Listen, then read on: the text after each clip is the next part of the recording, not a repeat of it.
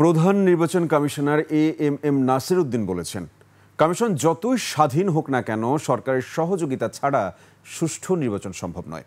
সরকারের সাথে কমিশন যোগাযোগ রাখছে জানিয়ে সিইসি বলেন, প্রয়োজনে কর্মপরিকল্পনা পরিবর্তন করতে হবে। আরেফিন শাওনের রিপোর্ট।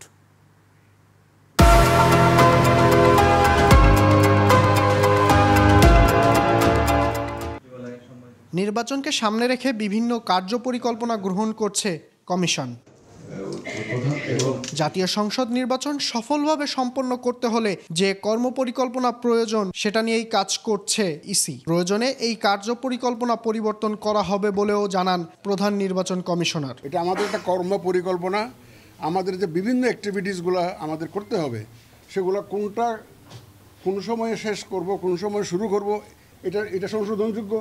যদি টাইমলি যদি কোনো কারণে অ্যাচিভ না হয়, 2-4 দিন এদিক ওদিক হতে পারে। এটা একটা সম্ভাব্য একটা পরিকল্পনা, আমাদের কর্মপরিকল্পনা। তবে এক্ষেত্রে সরকারের নির্দেশনার প্রয়োজন আছে বলে জানান সিইসি। একটা ইলেকশন করতে গেলে যতই আপনি স্বাধীন বলেন না কেন ইসিকে, সরকার ছাড়া নির্বাচন করা সম্ভব, কারণ সরকারের সহযোগিতা নিয়েই তো আমাকে এই নির্বাচনটা করতে হবে। এদিকে সংসদ নির্বাচন সামনে রেখে নির্বাচনী নীতিমালা তৈরি ও আচরণবিধি প্রণয়নের চেষ্টা করছে কমিশন।